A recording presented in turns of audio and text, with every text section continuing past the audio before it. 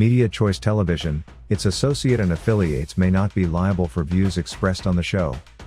Viewer discretion is advised. Abaganda tukugamba nti ebibite byenkanankana okurepinga nyoko repinga nazalawo. Yes. Nete tukwetaga kiti ky'ekyalo tukwetaga obutuubwo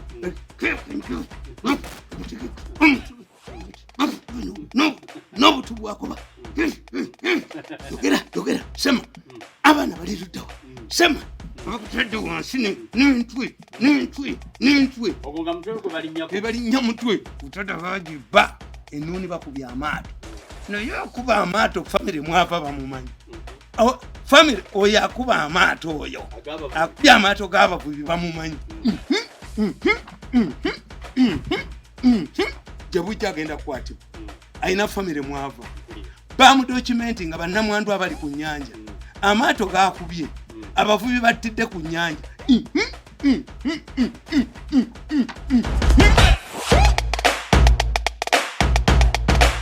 olunaku nawandika akatabo deyiribyadde olunaku lwayiribya kabusinga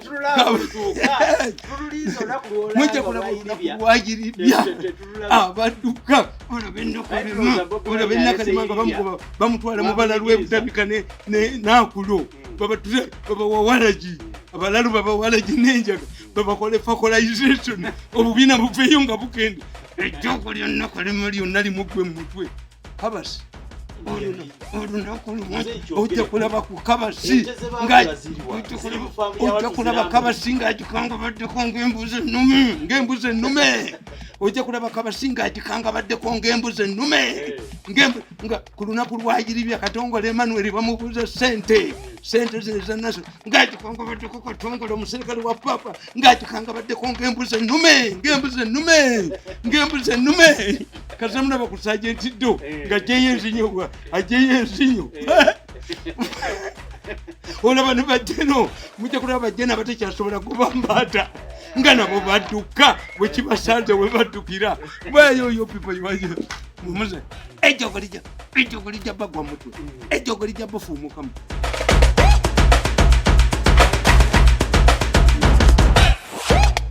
naye olunaku luliko betinta kasajja gwe balikubetera balikuba entwe eyo balikuba obutwa bone babwasa balikuba entwe eyo nakanno mwena mujja kufa olunaku lumu bajja bubeta ententu nakano bajja kabeta ententu bali kukuba entwe ne bazaasa kano kafiketeko emmengo kano nekamugamba kabaka amuwadde obwami abumuwe kati nga talinyayo tumukube tumuttireyo oba kasajja gwe oli musajja kano kaisi kamalaya ku kitaala oba nga kagenda kawunyawunya ne kabusinga kawunyawunya obukazi mu nnyuma nekabusinga mbu badduka bawunyawunya obukazi mu nnyuma ne kabusinga nekabulayo akatuma emugga nekabulayo akasajja akakafundiriza n'akatuma emugga ngono tannakagoba naye Museveni alina ensonyi naye bakalinze mu kyembazi bakafate wali wennyini bakanyweze wano ate kayinza obutajja bajja kayisayo naye mukavuyamu balyoke bakwate kubatule kwennyini abaana bali abakulu omanyi abavuga bodaboda abaana bakomando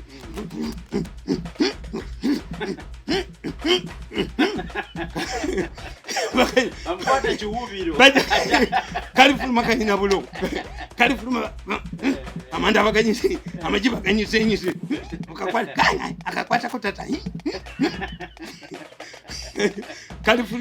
oli ku Media Choice Television yenze Saalongo Kanka kapita muzeeyi Tamale mirundi senior yatudde dda ebyo byenkulazeeko bye bimu ku bingi byogenda okulaba kati tuula kalira nkubiriza abantu mwenna omwaka guno bw'oba olina omuntu gw'omanyi nti yasooka omuntu yenna gw'omanyi nti nno yanuuka omuntu gw'omanyi nti yamenyeka mumutwalire ejjajja w'abaana Ssaabakabona Jumba Lwo aligaweese emikono mu kirowooza gye yateeka eddwaliro ly'abamenyefu abasoose ssaako nammwe abalumizibwa mu binywa alina ekitone ekiyunga ekigatta n'ekimenya wali ewakulema okutereeza oba walema abasawo b'ekizungu okutereeza n'atereeza okatimba kubiriza bw'otuuka ku Bishop Stage emikono babuuze nti muntwale ewa Ssaabakabona emikono mu kirowooza ewali eddwaliro ly'Amagumba ajja kubeera abawonya Omuntu yenna ng'olina olugendo lw'ogenda okutambula nandikirwa business nandise ogenda kutula diiru zo kozesa kampuni eyitibwa Juba Royal Travel. Juba Royal Travel be bakafulumu okuteekerateekera air tickets ez'emiwendo gy'ennyonyi egisinga okubeera emirungi. Ojja basanga ku Park Royal Building opposite Senana Supermarket. Bw'oba oli South Sudan ojja basanga Crown Hotel opposite reception. Awo ojja okugenda ofune services, visas, travel documents zonna oba ebitambuliiso ebikuyamba okutambula mu ggwanga lyonna ly'oyagala babikolako. Bakukolera ku kya work permits ayagala okola South Sudan ate gwe ayagala okola mu Uganda, naawe bakukolera ng'oli South Sudan bakolera ku kya work permits. Nkubuulira gwagenda ku honeymoon, Juba Royal Travel ye kampuni yokka esobola okuteekerateekera. Bakubira essimu bajja kuba bakuwa service esingayo obulungi. Tebabuza bintu naddala balina section eya cargo handling. Cargo handling services ebayambako okutuusiza ebintu yonna gye baba bakubookingidde ate nga babookinga wooteri Ssaako ne local trips and travel basobola okuzikutwalako. Ye Juba Royal Travel ku Park Royal Building mu kibuga wakati opposite Senana oba opposite Watoto Church.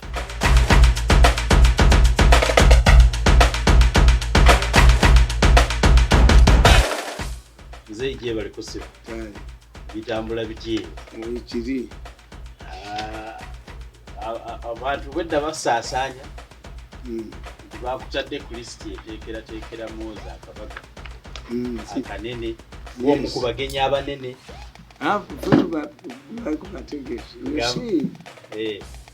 I was happy. Ne family yange yabadde happy. Nti I was bundled out of State House 9 years ago on allegations that I had abused the First Lady, which was wrong. Somebody was using it to edge me out. I was subjected to malicious newspaper articles as the chairman of the fellowship pointed out that this man must go to his village and wrote. At one time they thought that they would suffocate me into submission because I'm the first one to reject a job and I never work there. Why? The president was inciting me to kill Tumwebas because it was Tumwebas who incited, who instigated all of this because I committed heinous crimes with other people. So, Muhoozi was different. He's one of the people who appreciated my contribution to his father. Museveni was made to believe that I was a liability. Remember, it was an election. But immediately they kicked me out. They organized a meeting. I was going to kill the idiots. That's what they do.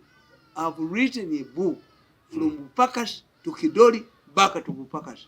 That once they humiliate you, they bring you back. I will never come back to government. I will never work in this government again. Why do you? We have suffered as a family for 9 years. Why do you include Chidori? We went I made a gamble. I gambled with my political future by joining Museveni. It was a gamble. At times I spent sleepless nights. My mother was crippled. What did Museveni give her? So, this was a consolation. But I cannot work. This is what people don't know. What I think Muhoozi has expressed appreciation. This man was badly handled. What they are realizing. And it's still important.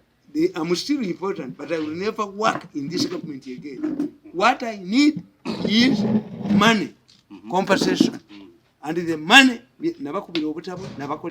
but if you bring an appointment later, that Museveni has appointed me a minister, whoever brings that appointment, I smash his head, I shoot him. I see. I will never work in this government again. I was humiliated, the body man. Let others go.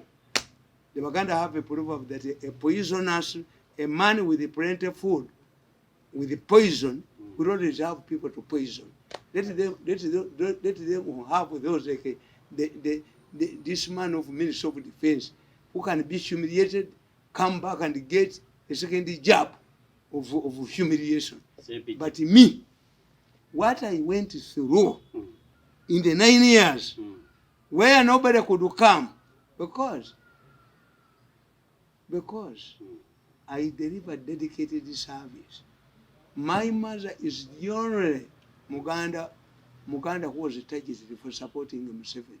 But Museveni is through Myonu Kasasi. That's Kasasi. I'm just wondering. That's Kasasi. How sure are you Muhoozi will not humiliate your family? No.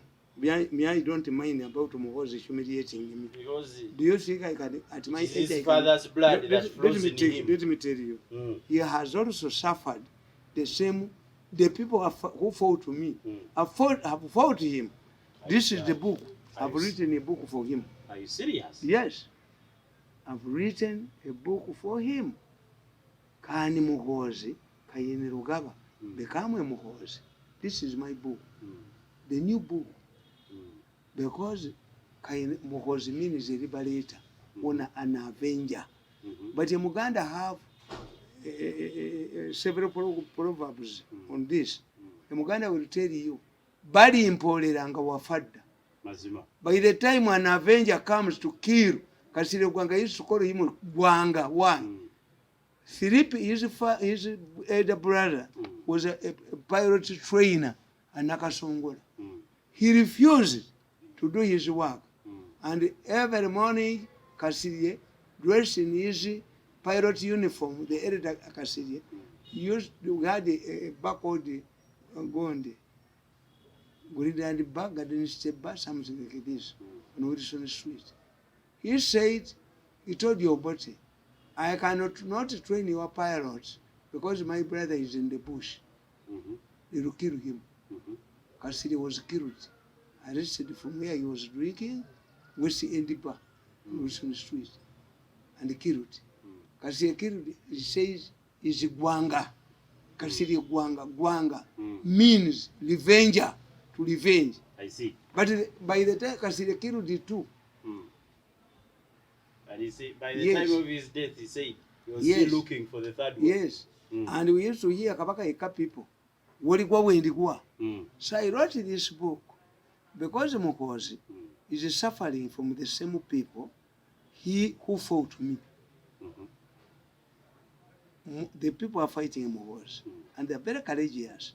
A minister in Museveni's government has the audacity of questioning why Muhoozi was sent to Rwanda. I will give you one of the tapes, the recordings. Agenda yati, who are you? Kasajja gwe n'entu eyo kitaawe yalwana wa. Nikalego. But kokabadde kabazanya. This man has been splitting Museveni's family. Tumwebaze is the most dangerous person and Mwenda in this country. If society does not deal with these boys mercilessly, they are dangerous.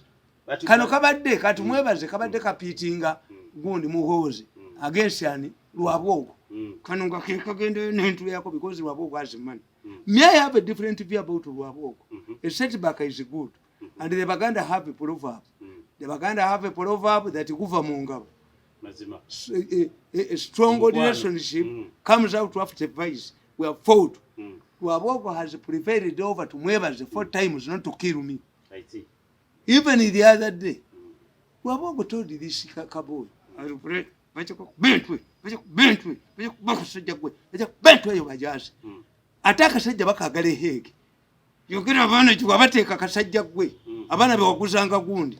Amulani. Yogera kasajja gwe. Entwe. Kawedde. Kagezaako okunzita. Ne bakagaana. Nakweze ne kamuddamu ne kamugamba. This is a jungle gwe. Kwe kasajja gwe. Ne hoteli nzase. Nze nakamba kutunda abantu. Kwejjoko. Baba kattire wantu waliwe kagenda kati. Kakati nkubuulira. The same people who are fighting Muhoozi. Era nkugambye. Naye nze kazoke kubuuza. Ate ye Muhoozi n'akasajja kaliko oyogerako alabikanga abagaliza okulabagana olunaku kisoboka. Oli basanga ewantu wamu. Omojja muyola. Bwe nsanga Franka tumwebaze ne Mwenda mbattirawo. what am I going to acquire? Am I going to acquire what they have acquired in 9 years? Binyondo, bumuntu nengwasa. Bejo ko nendi kujjamu. Naye mwenda akola. Nobody kabbi bajja katta. Kayina okwogere abantu bekazi kanga mu septic tanks. She knows. I have tapes, I have video. I see. Nobody can reconcile me with Franka to Muhoozi. And I've realized. Even Muhoozi. You like Muhoozi? Even Muhoozi cannot. He cannot. The moment you met, even if you are my wife or my son, to talk about it to Muhoozi. They killed my future. We shall fight until this boy enters the plane to hell.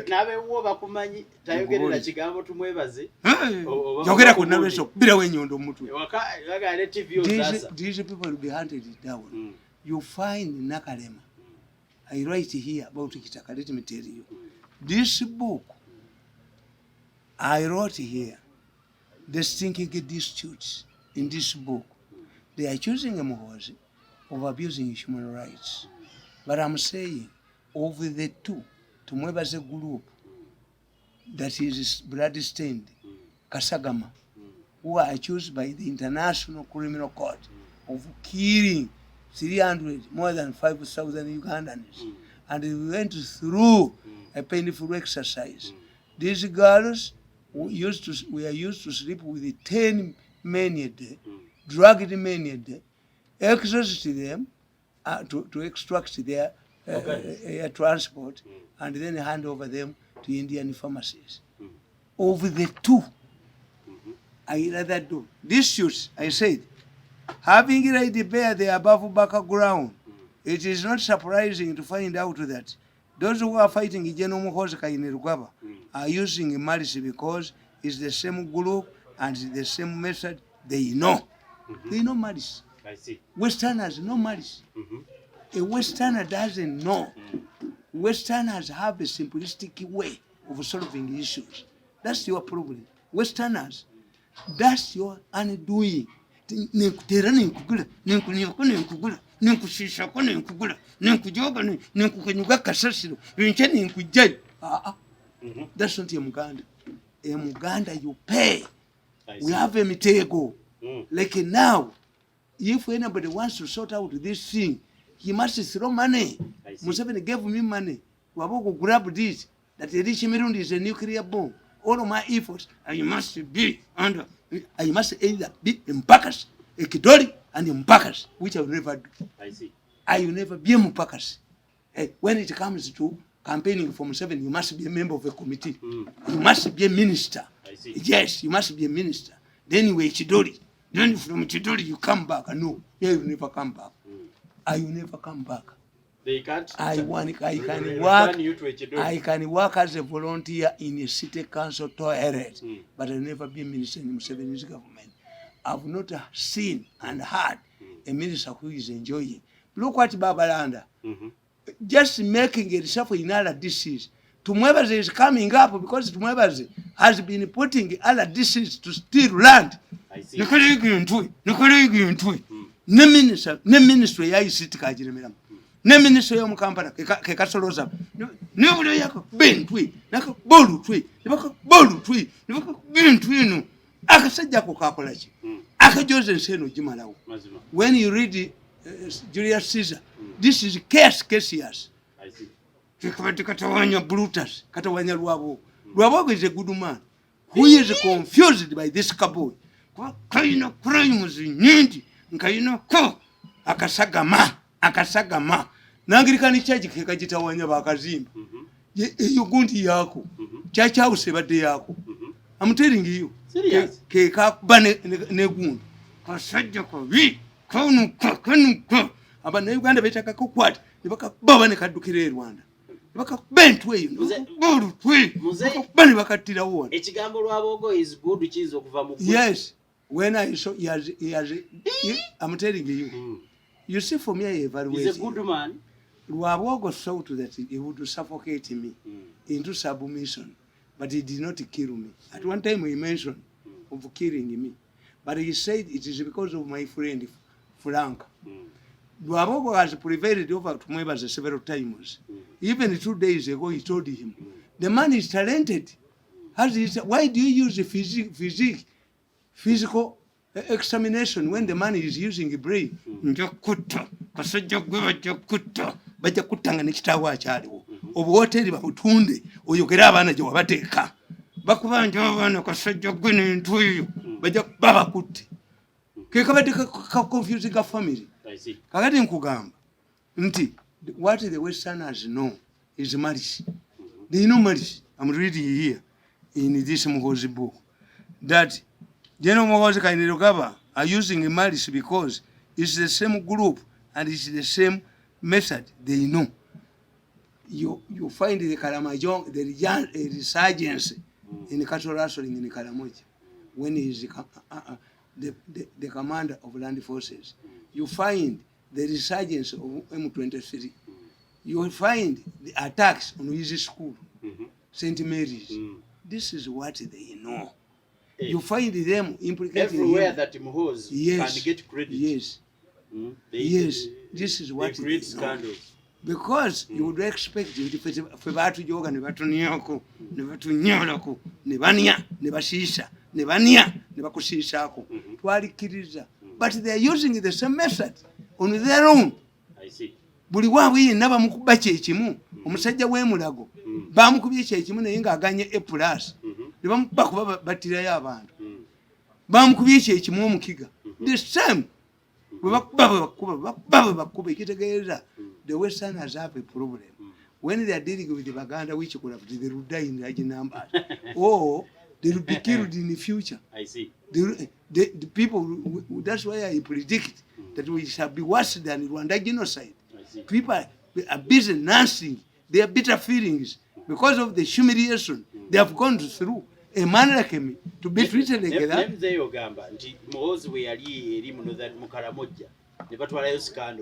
Even right now, Nkugambye Commander Land Forces. Peace prevailed in Karamoja. Yes. But now who is shooting at him? And you see, a Pokoto man masquerading as a Pokoto man raided General Guti's farm. 8 cows and sheep. Raided the farm of the DPP. Why? Because Guti is handling people he found in NRA.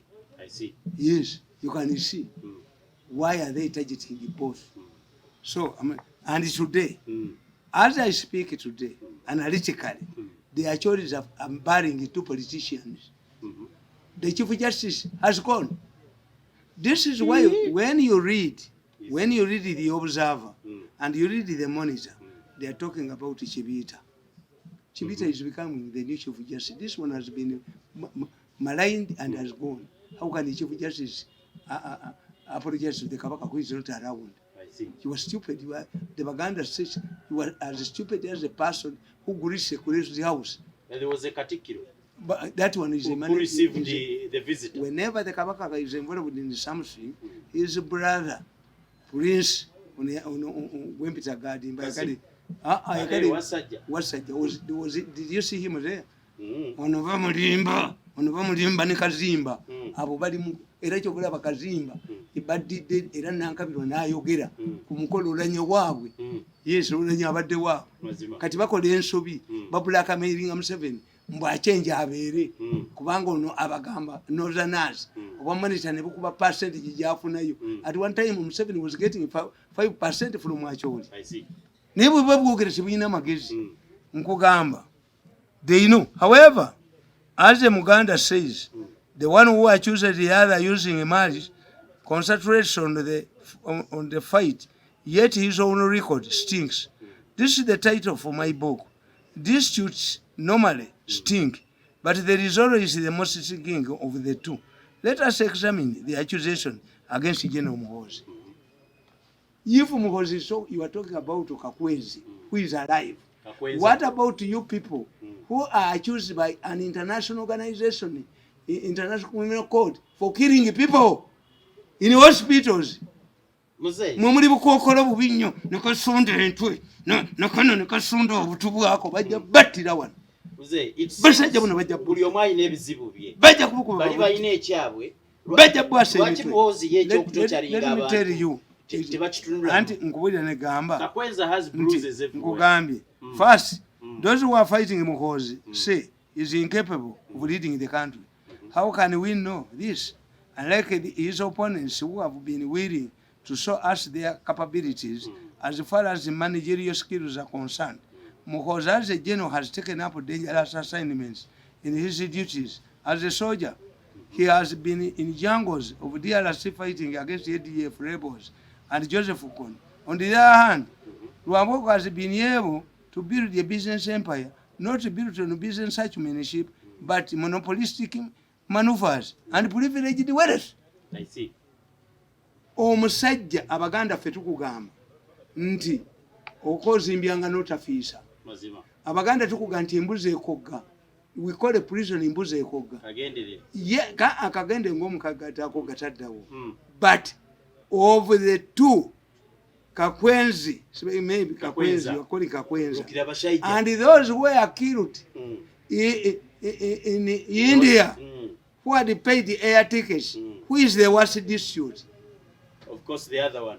Yes. Who kills Ugandans? Who kills Ugandans abroad after soliciting money from them? Therefore, but we say crime is crime. No. Even if you arrest an author for Abaganda and subject him to Abaganda it is almost equivalent. Abaganda tukugamba nti ebyebite byenkanankana okurepinga nyoko repinga nazaalawo. Yes. Byonna bibi. Nedda ante byenkanankana. This is what Muganda says. Nkugamba. Human rights accusations against General Muhoozi. Although it is a known practice in Uganda to call the army to work with the police during the election period, and it had previously worked well, the 2021 elections were different. The Lw'Ababbi group allegedly had a sinister motive to undermine General Muhoozi. Fortunately for them, they had infiltrated the intelligence organs that fed Museveni with the false information about Nobu. On the other hand, Nobu had been infiltrated too. Remember, Andrew Mwenda formed the Nobu, joined the mood. Mwenda. Mumweche mukamanyi. Went there and asked for a card. No. Yalimu. Ngayagala kuuma bugagga bwe. Yakuba manipulating. Naye olunaku luliko betinta. Pu. Kasajja gwe baliko betera. Bali ku bentu eyo. Bali ku bentu eyo. Bali ku babu twabo ne babugasa. Bali ku bentu eyo nakanno. Mwena mujja kufa olunaku lumu.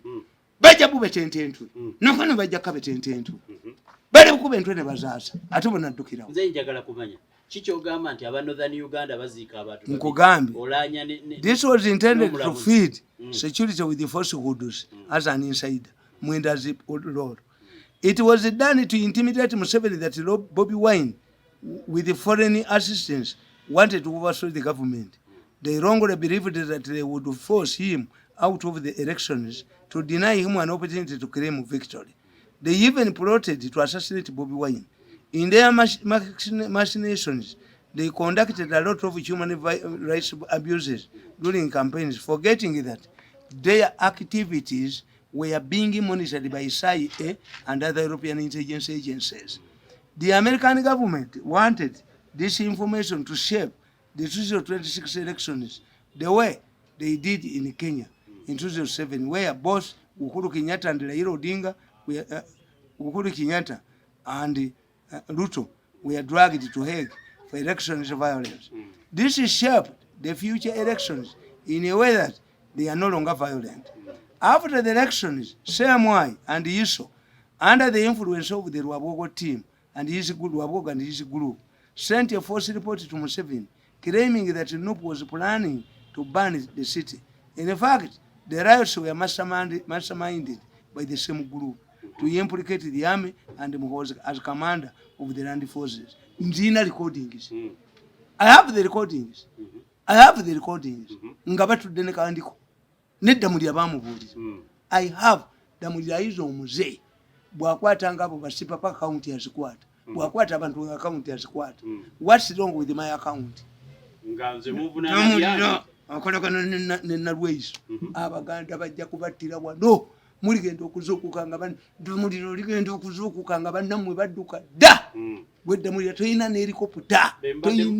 Toyina motoka ejja kuddusa mu Kampala. When you arrest somebody, why do you impose a ban on his account? Sente bazikozese baziri bajja battirawo. abo baddamuli bajja baddamuli ayina ki addamuli ayina ki bugagga ki bwayina wano bajja kumutwala emisinde ddamulira ajja kuwulira enkubuulidde anti babakozesa nkugambye nti from bupakasi tukidoli baka to bupakasi nenkugamba nti to implicate the army and Muhoozi as commander of the land forces. The group led by this man had been indicted by the ICC for the alleged killing of people in hospitals and harvesting their body organs for sale.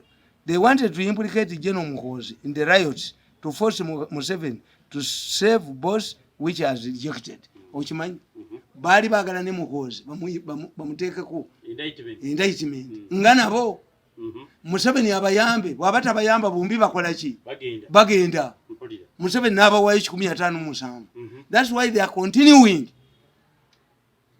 Bo be baali bakuba abantu mu bululu kandi ko yabirimu balimba Museveni recording zirina Museveni n'abagamba Museveni lwaki yalimbibwa bulimbi yes intelligence bamugamba bagenda kwokya ekibuga Museveni n'abagamba bagenda okwokya ekibuga ayina buli kika kya intelligence lwaki intelligence werina Abamerika sai ejirina bajja kudduka bajja bakwatira wano bajja kubayoola ekyo okunya ku bantu okubanyalako oba batutte nabo bajja kubatta embeera etuuse kaakati buli omu anoonyeza okudduka mujja kubalaba nga bakubidde Muhoozi yetadduke nga dduka ki ebyo webikoleddwa yabadde akulirayo anti ali implicated where kubanga nkugamba we should not examine Muhoozi himself. The media always blame the police for the brutality of police brutality, not the army. Same way M.i.S.O. In order to drag in General Muhoozi, they created Kakwenza Bikirabasaija, who implicated General Muhoozi with no tangible evidence. No head of the alleged torture places was contacted by the media because they know it would exonerate Muhoozi. Let us also look at previous riots, including the Buganda riots, when Kabaka Mutebi was blocked from visiting Kayunga. Did anybody hear Muhoozi's name anywhere? He was a serving officer in the Special Force Command. The killing of women was blamed on Kayula and justified his removal from office of IGP by Tumukunde. We have seen people who were tortured in Alufenya, but Muhoozi's name did not feature anywhere. Finally, we heard about safe houses, which were blamed on former M.i.S.O director Kaka Agenda and the former Security Minister General Tumwini. No one mentioned General Muhoozi. Why does his name feature now when the ICC knows is tightening around the group led by Lw'Ababbi? I see. Yes.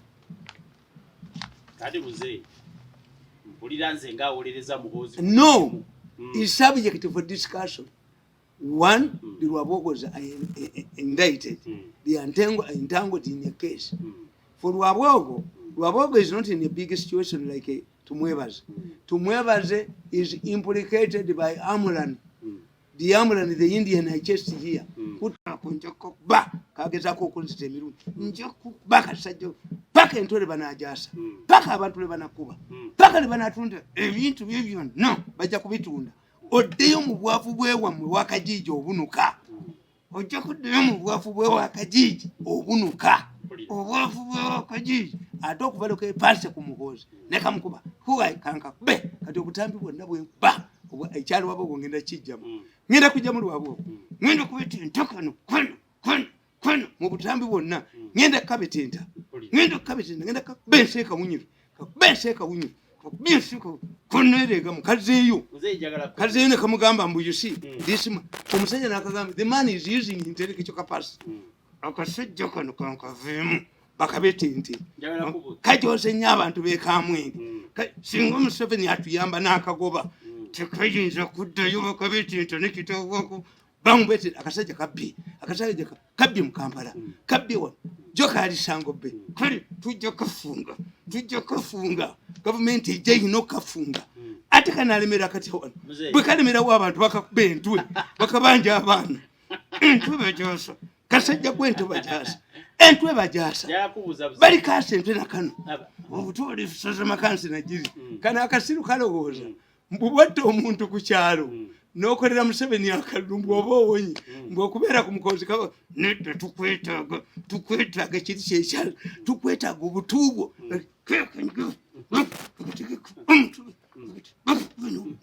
n'obutu bwakoba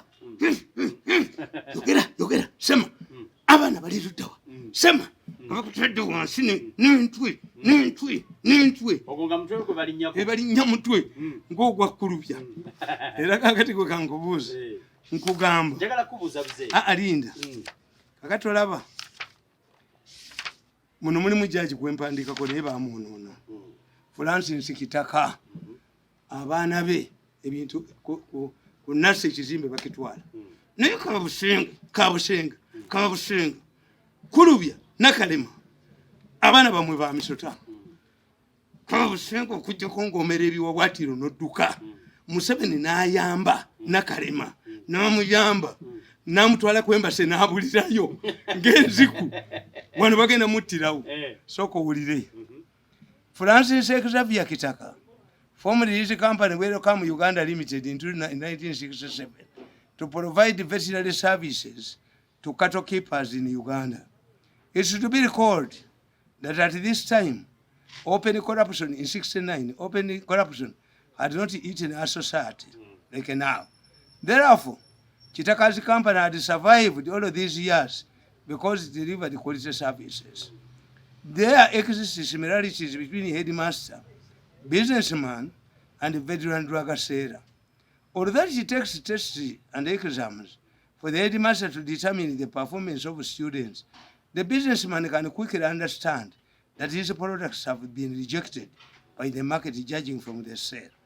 The same applies to the drug manufacturer.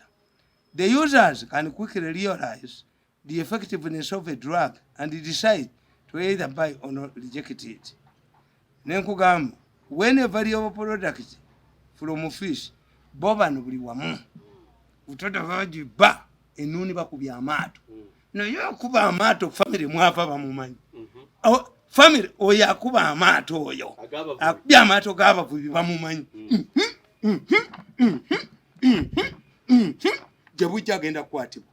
Aina family mwava. Bamu documenting nga bannamwandu abali ku nnyanja. Amato gaakubye. Abavubi battidde ku nnyanja. Agenda kwatibwa.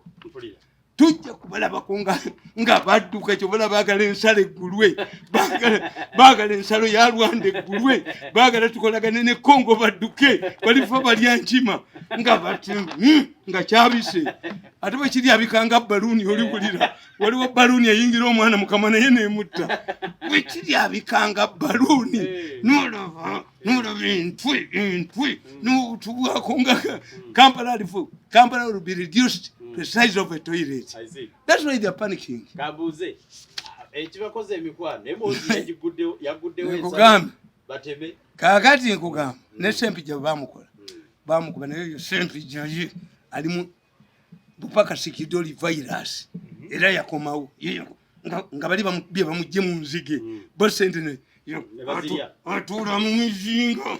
Natula mu mizinga kidoli politics bupaka si kidoli politics ye ali mu mizinga nenga baba alwamirama sente baziyadda ezenzikiti eziriyako nze namuonya yajje wange ekiro jejja banzita jejje bantu ono kati ali mu mizinga takyankubira simu ba kidoli politics bupaka si kidoli politics baka tukiri bupaka kidoli bupakasi kidoli politics baka tubupakasi kati watu alowooza bw'amaanyi nnyo balwemire masente bazizimba mu bizimbe ye ne bagoba embwa ne bagigoba embwa bagigoba ne bamukomyawo nga sente ziwedde ogaba jangu olya magumba balwemire mabaali adde ebifi by'ennyama bw'okomawo okulya magumba komba sefuliya entamu ze bafumbyemu agudubadde bafuganga agudubadde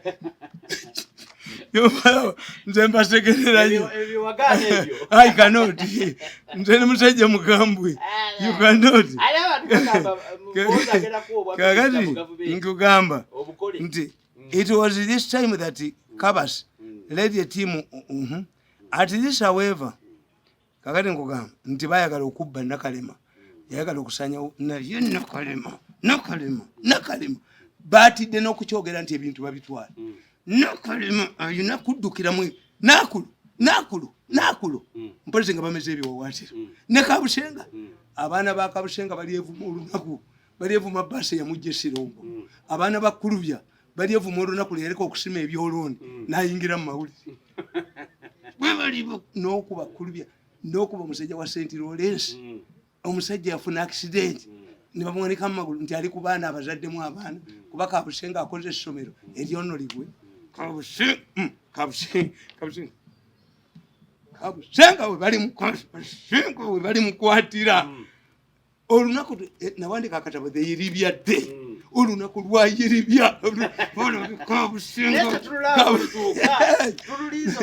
mujja kulaba olunaku lwayiribya abadduka olaba Nakalema nga bamutwala mu bala lw'ebutabika Nakulo babawa walagi abalalu babawalagi n'enjaga babakola facolization obubiina buveeyo nga bugenda ejjoko lya Nakalema lyonna limuggwe mu mutwe naye nonagundi wulira wano nkugamba. It was at this time that Kabasi led a team of officers to Botswana, ostensibly to consult on a way forward, since Botswana is one of the leading exporters of animal products on the European market. However, since all mafia-oriented programs are based on deception and excuses to steal government funds, this was not the expression. The real motive was to get money. When they arrived in Gaborone, they were advised not to buy bulls, but semen. They insisted on and bought the bulls. Interestingly, the bulls could not mount Ugandan small and weak cows. Their real intention was not to improve the quality of livestock, but an excuse to steal government funds. They succeeded in this and bought 2 bulls at a cost of 80 billion. When the cost of transportation was added, the total cost of bulls rose to 10 billion. Interestingly, no one can tell where the 2 bulls are. Kabasi. Ojja kulaba ku Kabasi ng'agikanga baddeko ng'embuzi ennume ojja kulaba Kabasi ng'agikanga baddeko ng'embuzi ennume nga ku lunaku lwayiribya Katongole Emmanuel bamubuuza sente zino ezannazo ng'agikanga baddeko Katongole omuserikale wa Papa ng'agikanga baddeko ng'embuzi ennume olaba abadduka mujja kulaba abadduka ng'ensala eggaddwa basooka kugalasa ate bamunaakizanyiramu Sajenti Ddo ayinza okugjayo enzinyo oyo aba wakabi kasamulaba ku Sajenti Ddo ng'aggyeyo enzinyo aggyeyo enzinyo olaba ne bajjeno mujja kulaba bajjeno abatekyasobola kubambaata nga nabo badduka bwe kibasanze we baddukira bweyoyo pipa iwayo mumuze ejjogo lijja bagwa mutwe ejjogo lijja bafuumukamu kyovula bakuba muhoozi atabbye ejjogo lijja kubafuumuka mu mpatanya z'empale mu mpatanya mu nnyini omanyi baagerere bakola ekintu tibo babadde babbi gurupu yaabwe teyogerwako kuba balinawo amawulire kakati tubalina ogenda kukalaba nga kaddukibwa kajiiji kagenda kuddukira Kongo kagenda mugenda kanonya nga temukyakalaba naye tukamonitalinga kalwala kinyeenya mutwe. This boy has tried to kill me 4 times. The recent one 2 times. Lw'Ababbi prevailing him not to kill me. Naye ngenda okwasamya kalenzi gwe oyitiridde kati ompitiriddeko kasajja gwe kankawasamize ewammwe mbuliri bukeere ku mukyongo yasamye onviireko ddala onoba tonnanjasamya nze nja okwasamya nga bano abatutte obutabwa nga basite kansa ani atwala ekizimbe kya kitaka anti banka kubanga kitaka Nakalema yakwata ettaka lya lyonna n'alisiba kitaka nakwata se nagenda ebweru Kabusenga ne kakuba kyonuleyini kala n'ateeka nga naye Kabusenga ojja kwevuma omusajja yakuvuga mu baasi abaana bo bajja kwevuma omusajja yakujja Sironko Kabusenga olyevuma olunaku lwe wava Sironko nkubuulira Kabusenga akasajja kajoze ensine kulubya akasajja Kabusenga kajoze ensine kuba buli muntu bamwonona Kabusenga nakuba Abaganda n'abamana kana kafika tekemmengo kano nekamugamba kabaka amuwadde obwami abumuwe kati nga talinnyayo tumukube tumuttireyo oba kasajja gwoli musajja kano kachi kamalaya ku kitaala oba nga kagenda kawunya ne Kabusenga kawunya obukazi mu nnyuma ne Kabusenga mbu badduka bawunya obukazi mu nnyuma ne Kabusenga yes kitaka factory yeweddewo kampuni Nakalema naye oba Nakalema alimirako biwalaata oba Nakalema aliddawa Nakalema atulugunyiza abantu waliwo n'omusajja bamuyita Kirunda koti bayirifu koti gwe yalagira okuba egundi y'omundeeba Nakalema yagiryamu sente ng'akolagana n'abe yamukwata n'amusiba naye Nakalema abaana bo baana bamusota okubuulira Nakalema oba aliddawa Museveni kyayinza okukolera Nakalema amutwale kuwemba sadduke Nakalema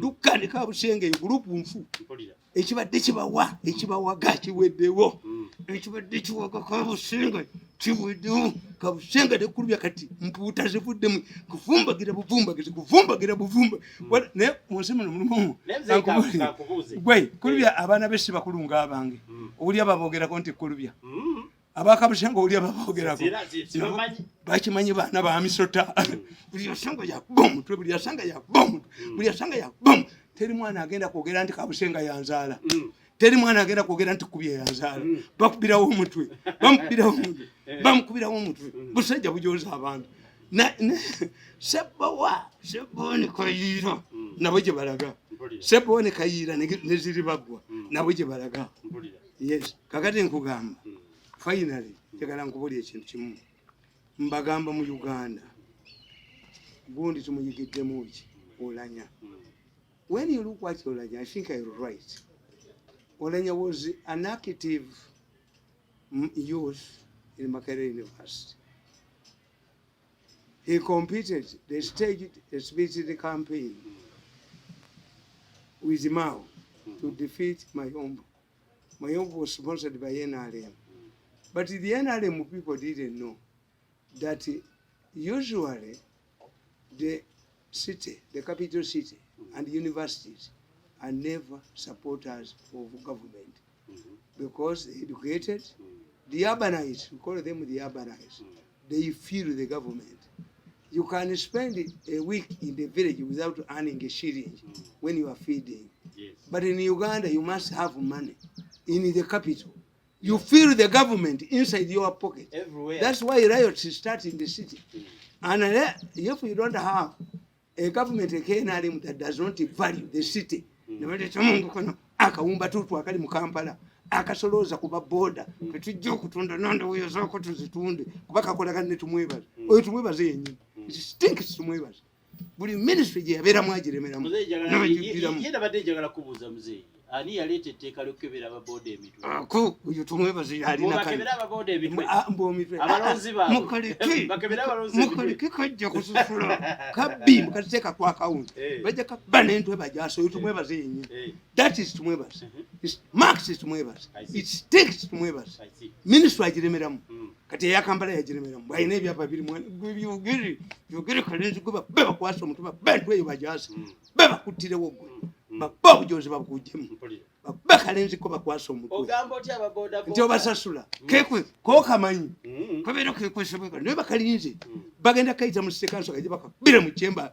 bagenda kakubira mu site chambers baka mu chofa kekwe kuba kalinga kafere Museveni akatuyambe kajje nagisi mu Kampala ngabo yajjemu yagundi bagitute yumbe nagisi yakutu abateta funa wuzu ngawi Kampala winye nagisi singa tugira mu yakano kana nagisi kanu kenkwawo ojja kaba boda lido kitagwe naye bajja akutumwebaze yakakozesa era tekalabika gwalebe ekifana kyako walebe ekifana kyako Amawulire kalinga kafere kagenda kukuma kati naye baketegekedde bagala bakayite mu city council chamber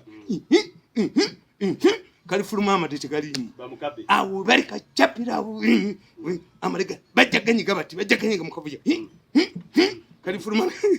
kalifuluma tekakyakolanga batule bajinyire bakalinze mukampala state chambers batekewo akavuyo bagenda kwata wabi bagenda kwata wali wabi kaligenda okubaluka nga tekayina kaligenda okudayako kuya mu batule nga terimu ako baketegekede ate kandi yafu hivi to enter state chambers bagenda kuleeta akavuyo nga mwekali naye nga basoberere wantu wamuwoka wali ku batule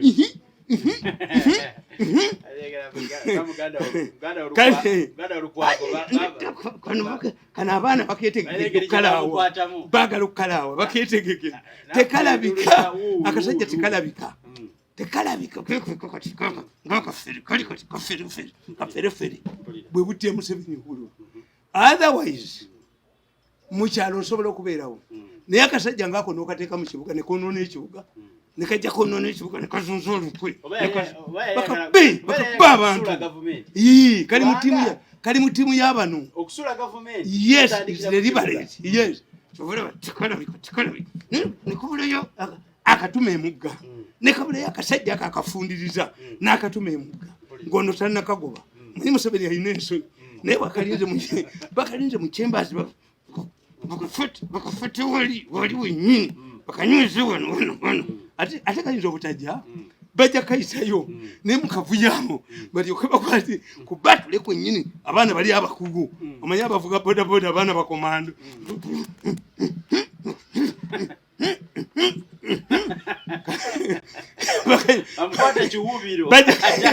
kalifuluma kanyina bulo kalifuluma amanda baganyise amaji baganyise nyise akakwata kotata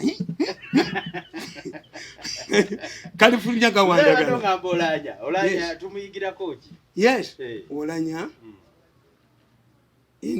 you see the police attacked them during the confrontation at Makerere University and was injured and has died from that injury. Yes, bakaita bataka blood cooperating at yadda mukufuna kalala kakati the same man that was opposed to government has died, the hero of government. What is the God's message? I see. Politics, there is nobody who's tall enough to see the future. All of these people you are mistreating now, them because you are abusing in your monitor, will one day be useful to you. I see. Yes, that's why in Uganda, they tell us among the Baganda, is our culture, that once you are going somewhere, don't pass by people without greeting them. Even if you are sure that this is Mirundi's family, what if they relocated? I see. Kakati ffe bwe baatukuza mu Baganda nti olanya gwe baakuba Makerere nono deputy gundi yali wa Besigye ne deputy speaker ne Besigye babesi abammwe baliwa lumbe ekyo olwabalya mubakubye ne bumamalawo era ne power bwe mutagiwa Muhoozi muwit. Yes, ate bayina yani nedda bayina yani bino byonna bye bakukutamu so baleeta omuwala ayite mu kamooli kiyiika wekijja okuyiikira mbalabula ejjogo ly'okugwamu ejjogo lya ssente ejjogo ly'okujooga abantu awo wekigweramu baleete referendum nti bakuba referendum nti one man not one vote wekigweramu wekigweramu rayotire zigenda okuvaawo zezitwala Museveni. You better popularize, get people to popularize NRA. Museveni should top his government, arrest the thieves and get money for service delivery. Nebo Lw'Ababbi abatya nalowooza nti nti alina gula electoral college to reduce the electoral college agule bagule. What about the population etalonze? Kuba kitegeeza tebakwagala ati nkubuulira awo nga bagenze nze nja kubeera ku side ewakanya anti referendum emyezi 6 nja kubeera ku side ewakanya batukuba amasasi tulabe to save this country. Naye wagamba Museveni bwakubira kasimu nagaa ekintu kino kye tuba no agenda nze sigenda kuyimpe maze emyaka 9 nga siri mu gavumenti amafuta baagajjawo ne bagoba nakyo nti yampasseeti ne bagoba Kadaga. How have I survived? People support. I see. Yes. Bagenda okunzita ne bambulira. Bagenda okunzita. At one time Abaganda bakugamba omubi atavaawo amanyira abaana. I have had Lw'Ababbi 4 times. Maybe he's doing this because he knows that I capture him. He knows that I do what? Capture him. But he has been prevailing over to Mwebaze not to kill me. Maybe he's doing it in the background. Yeah, now he knows. He knows that too. Has realized. Even when I'm not around, I played a tape on Monday where I said most Ugandans are fools, except a few people like Mirundi. They praise me. Naye kano kamanyi nnyo ate tetusobola sisobola kukkiriziganya n'akasajja ako kubanga ffe mu Catholic Church. I grew up in a strong Catholic family. Although my mother has an Islamic background. The special donations from the Holy Spirit. Ebirabo byawa abantu. There is no forgiveness. Ekyokumanya, ekyobutegeevu, ekyokubuulirirwa, ekyobujjumbize bw'eddiini, ekyokutya Omukama. The two are what? There is no forgiveness. Even Jesus put a claw back. Mubasonyiwe kuba kye bakola tebakola. But these people knew. Two, when you read this book of mine, I enumerate nti abareti people bakuba Kadaga. What is eating up Kadaga? But Kadaga has seen the inside of Olanya's coffin. I see. What does it mean? Learn from Olanya. I'm Pastor Mirundi today. I'm a Catholic cleric, priest teaching you. Reverend. What do we learn from Olanya? I'm going to write a book. Those who were professing, predicting Kadaga's death, Kadaga has watched Olanya's burial. I see. Be careful what you wish for. Yes, to others. Two, Nankabra is nowhere to be seen. Nankabra has appeared in one aspect. Munadini munabwe oyo Kazimba yazze okusoma. Kazimba received the tractors from a Minister of Agriculture who is indicted, Kasagama. Why is it that the strong bond between those who are indicted and Kazimba? Yes. What took Kazimba to Mengo? Has this man did he attack religious leaders anyway? Anyhow? Did Baganda respond? In fact, many people didn't know. And he made something that was provocative too. Because he did not know.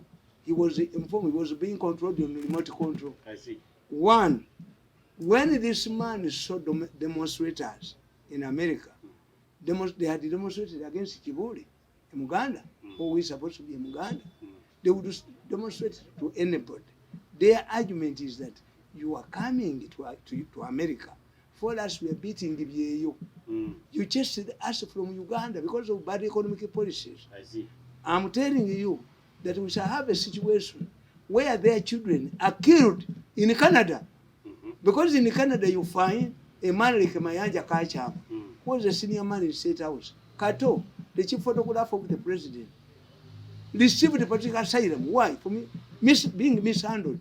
And you said, and they are seeing people from State House enjoying in Canada, where their fathers are bought houses. There will be fierce battles in Canada. I see. People will kill each other. Ugandans will kill each other in the streets of those capitals. I see. So this man, Owinyedolo, when he saw people shouting in Uganda, he thought that they were Baganda, that we are targeting Olanya, and he made a mistake. Why do you shout at Olanya when the Kabaka recently benefited? Why don't you talk about the governor bank of Uganda? Yes. Yes. Why don't you talk about the daughter of the president who also delivered that abroad? How many people have gone abroad? How many people have died abroad? So why did he sing out to Kabaka? Because for him he thought that everybody was shouting in America, in Uganda, is a Muganda. I see. When people are away outside Uganda, they speak Luganda. I used to see Museveni talking in Uganda because this could unite the others.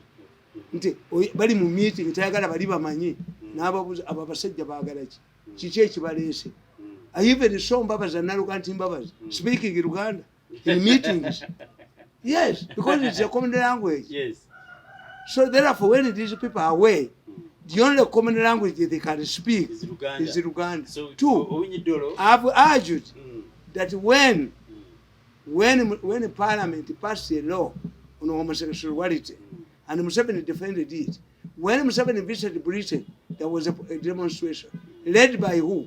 By Mwenda and Fox Odoi. Were they Baganda? If they shouted in Uganda. Two, you cannot compare the Kabaka to Olanya. It's like a saying that the wife, a housewife, who prepared the food has been caught to stealing Mawulu. A kid can steal Mawulu. Yes. Why? Maybe it's a yakuse. What in charge of Parliament, which allocates money to improve health facilities. When you cannot compare yourself to the Kabaka, what do they do? Ugandans would be mindful about Luzira and the prisoners. Because whenever who is arrested, he demands a special diet. What about the others? Are you more human than this? No. What have you done during your time as MPs to improve the general health care system? Yes.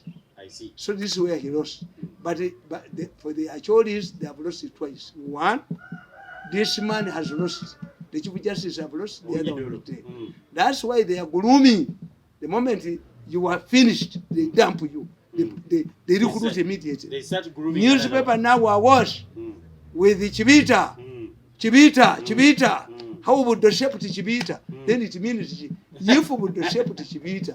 By the time Chibita arrived, no. When by the time Chibita arrived, it was primitive. I see. This is what the observer have written. Where did you do your literature and the English? You say how would do? Because they want to say that he is an audible of Voodoo. When they are appointing judges, they start exams. What was the performance of Chibita? When you ask an observer and this monitor hired the people, Nyamanza.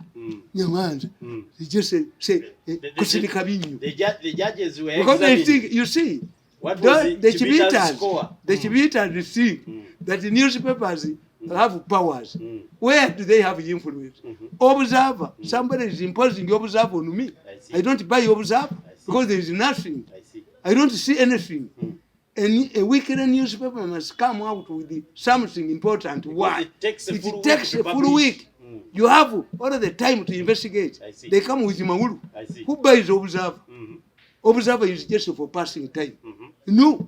What about to monitor? Recently in the New Vision there was a story that after a rigorous search, we have come over judges who are over 40. A rigorous. Bannange kitwalidde ennaku nnya okuzuula omuwala omulungi inflated reporter naye n'abeera awo n'akola inflated reporter n'akola editoli y'endala n'agamba mbuba n'abakozi who are recruited additional staff that were recruited to support Ministry of Health should not be sacked to do what there because they have nothing. If in his newspaper they sack, they retire people who have reached retirement age. But this does not dawn when he's writing an editorial because it's an inflated report. Where are they going to do? What are they going to do now that COVID is no more? Bamutembeeya naye anti tebamanyi kati Ekibiita alowooza nti bamukolera no. When you use this yati yabiteekayo mumpandiikeko which newspaper that have credibility. These are bought up newspapers. Is there a journalist who has credibility in Uganda? Is there a journalist who has credibility in Uganda? I dwarf all the print media. I dwarf. My followers dwarf all the print media in Uganda. Exactly. Kakati, why don't you come to me who is credible? I see. Come to me who is credible, not wasting your time. But can you market someone who you have been telling no, me I cannot. Market someone who is unmarketable. To market you, you have to be marketable. I see. Why do you go through the back door to become a media person? I didn't know that the respected people like Chibiita can resort to charity shows. I see. To to primitivity. I want to ask you. Primitive campaign. I want to ask you, why is it taking so long from 7 to choose a governor? A what? A Bank of Uganda. And he's under pressure. He's under pressure. He solves the problem after the problem. I think he will have a reshuffle first. Yes, because their system is not a system. A system would mean I was brought here when the governor was sick. So my appointment made, I'm an auxiliary in the Catholic Church. An auxiliary means he will talk about the diocese when this one dies. I come, why do you bring me to deputize a sick man? But that's Uganda. They are fighting to build a system. If pressure, kajina, as if they can. What has Kajina performed? Tell me what is the performance, the excellent performance of Kajina. Tell me. Every rainy season, the roads are swept away. Tell me the performance of Kajina. Which one? He's always a Mania. He has increased the mileage. Kajina is always a paper. The road mileage in Uganda. Paper mania. That the only flyover you have, Kekana Kapan, the Kakiria, Kukulokota, percentage Bakazimbi down, never go neta, never back. The flyover join Bakakola experiment, Bana Kulaba Koka, Badamti, one may be flyover. As you are entering Addis Ababa, Kulaba, Kaflyover, Kadia, no and the gate will Addis Ababa, Bakakola for inflation. Avanda Japanese and so he was done by Japanese. What is it done? I don't know. Naka Kakoze, Akoze Kafula from Kampala. Kajina had to sack it to him because it was a Muganda. He had ever go be Abaganda or some one day. Abana with Jamuno, but Ababuli, Obechi Gambusuma, Charugande. Wow. You see, when I look at these people, Kubanga Bechabakoro, Ntitebalo was a Haku, Kuzimba Party. Where you have Chama Pindos, you don't bother about success. Because everybody who succeeds the president follows the Nyayo. But when you reduce to a Kazu, success like a kingdom, that the successors must be. One time the Chikuyus sat and said, power shall not leave the house of Mumbi. When you came in. Two, politics is sharing and building alliances. Political alliances are based on mutual respect and future partnership. So what I'm going to know. Nayugo Jogo Muntu, Gabriel Muyena, Mina Munia Hona Munyalako. We are causing a Agenda Kaba. Whoever has had the misfortune of working closely with you, God's casting, we no, we Agenda Kaba. That's why you fear. And it will be grabbed. Political power is a football, a soccer part. Never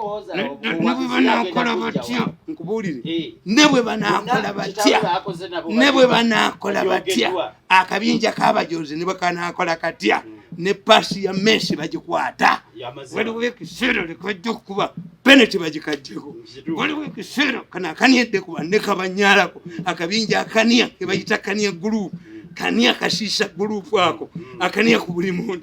What do you consider? Vedo Kavumbagira. About everybody come no balaba, no la baba, no la babu duka, no la baba teacher sobola gobambata, no la baba kadi, abali nyeri kupitanga baduka. Ejogo ligenda libafumu kambiko ye jogo ligenda libafumu kamunyuma, ejogo ligenda libafumu kamumpale. Ngabantu Kampala akaye, abana bakayi, ola baduka. Why? Kubanze mbabulira. NRM is easy to market, to revamp. Why? Abaganda mu ssento tetwagala bifo bya government. Abaganda liveni baleke bakole. Abantu bakole emirimu gyabwe. Naye babafuula ba front. Olina kuba mupakas, from mupakas to Kidoli, back to mupakas. No. That formula cannot work. Mulite ekimala. This is the time to reinvest. To allocate that money you've stolen somewhere else.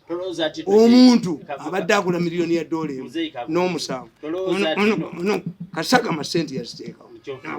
Ate musiru bw'oli kulimino ng'okola hoteri tujja zikuba ku nnyonyi ajja kuddayo anuke ajja kunuka omanyi obwavu bulinga gravity it pulls you back.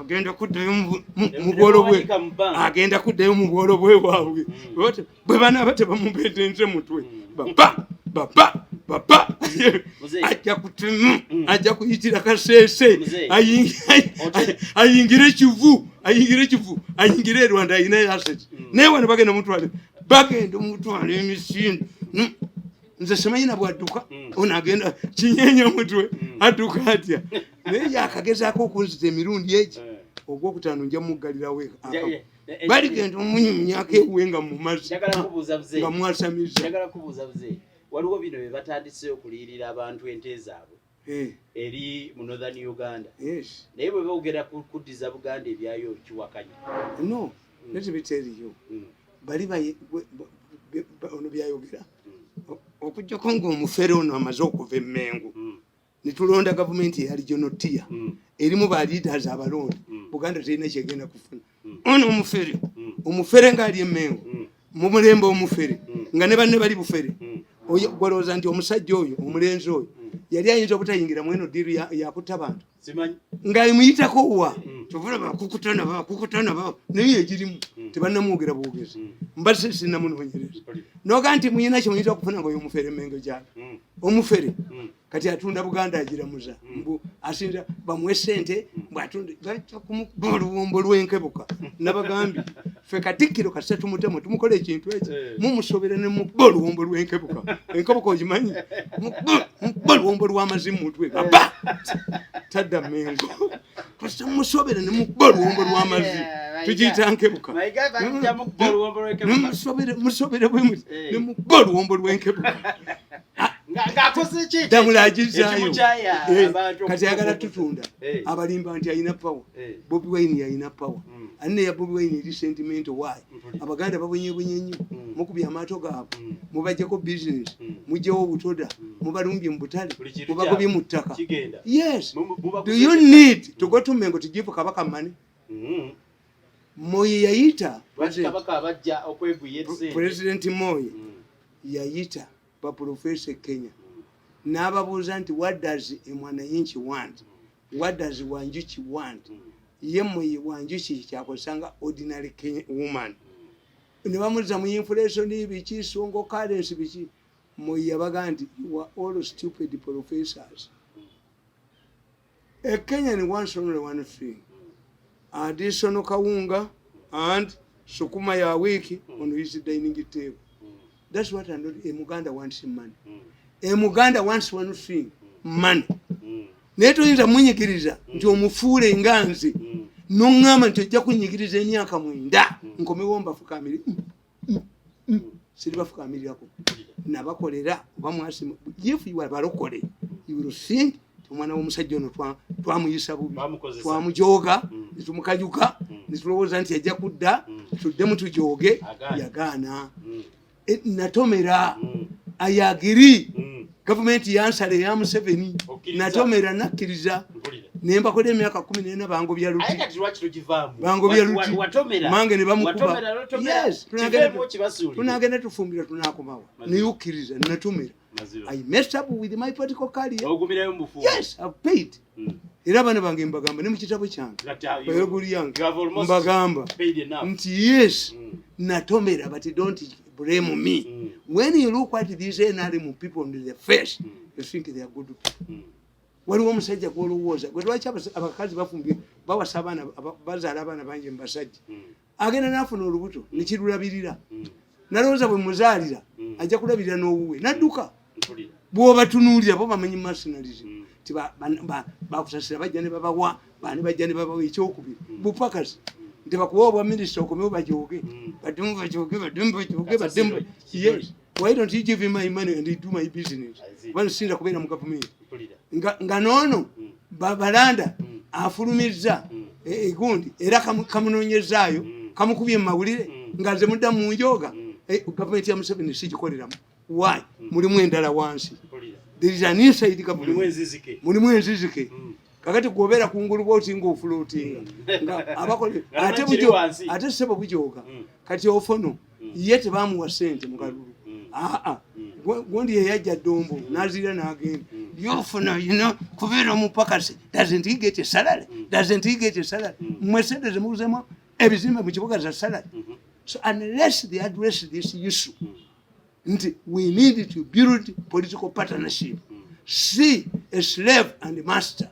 See a hunting dog. Tigwe balina kuleeta ofuneyo obusente kakati nga bano baadvisors ne babateekawo post offices ne babateekaawo ne babawasa. What do you do? Bakukuba mu kalulu nga bakubbi bakuwadde kibuga ne next time ojja kufuna ezo. Is that an investment? Nga buli kaseera naawe oli kulisafo renewable or non-renewable. Have you invested in politics? Ani yakukuba mu kalulu? Amiri yakyambadde ani yakukuba mu kalulu? Yes. Abo bamiri yakyambadde yali badde tanatu is an experienced person. Abadde private secretary wa president would be still active in politics. And you take me to be an advisor. Ate mu ministry mwenali nti wana advisor ni commerce. Ate mwenali eyannema ate eyannema nga goino ogikolera okuteeka mu nkola kati mwoyo amagezi. In fact kamba buli to save these people from embarrassment. Why don't we have a senate? Tufune senate nga abantu gaba abakulu abetaaga to be helped bali mu senate bagende mu senate ngabo bamiri yakyambadde baani.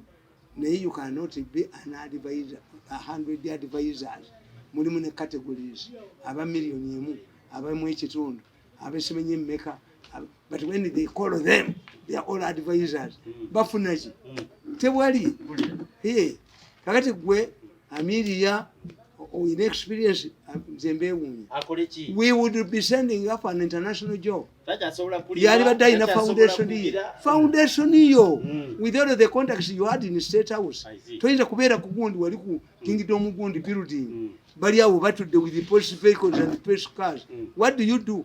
Batugamba nti a man ought to eat after doing some work. Yes. When do you, if one of the people ask you were getting this big money, 40 million per month, what were you doing?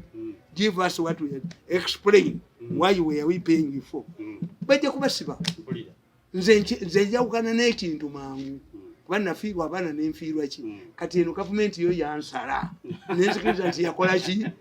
Yansala sine kye njaggifunamu. At the peak. Tukuulira otiikiza ne Muhoozi. Mutabani we yakusaza gavumenti. Gavumenti yakusala. Omukazi tadibya mali abiri.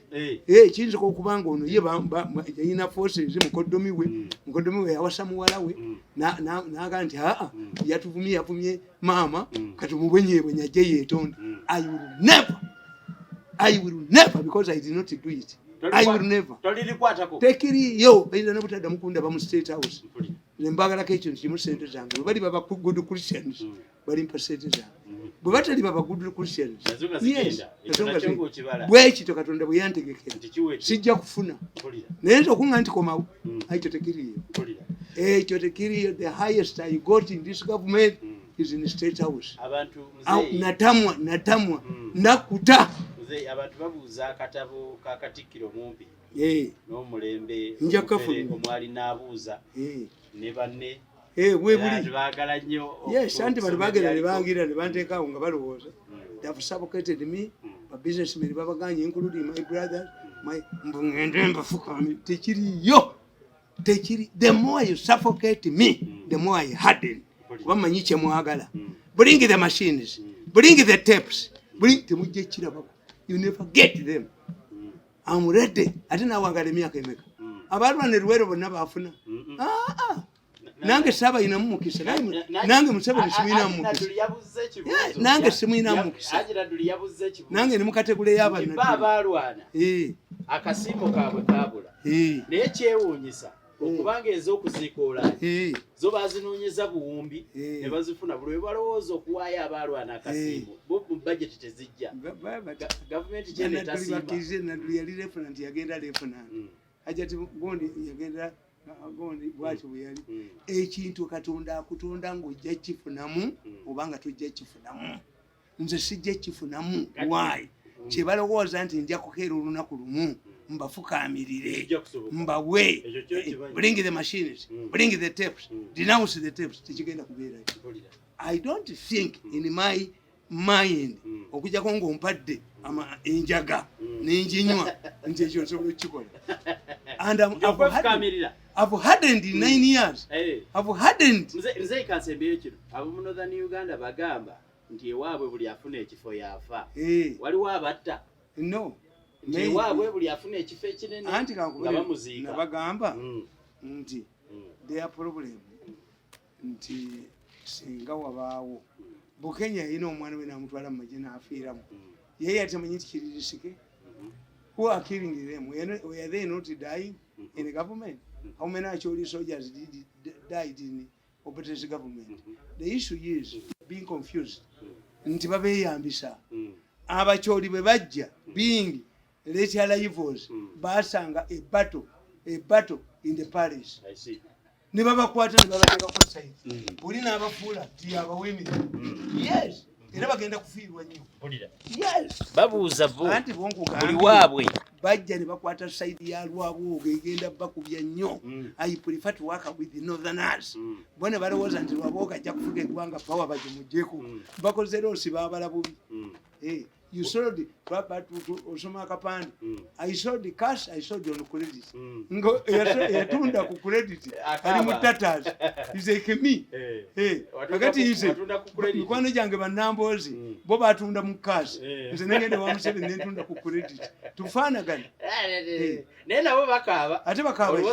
Babadde ko be mu peace. Mu group yabwe nze nali chairman waabwe. Nze nasiranira bwa musebe mu state house. Ne bali ko bajolongo ne baniyo ne banyo. Abatasoma ne banyala abasoma ne banyala abatasoma nokojoga abantu konokonuka nokonokono olutwe lwako ne buleeta teepu ne bulowooza mwe enkya tuddingana muba munoonya lumbe. If you want to see me strangling a person, call me with those boys. Alayo omujimbi ojozi w'obusajja bukwatire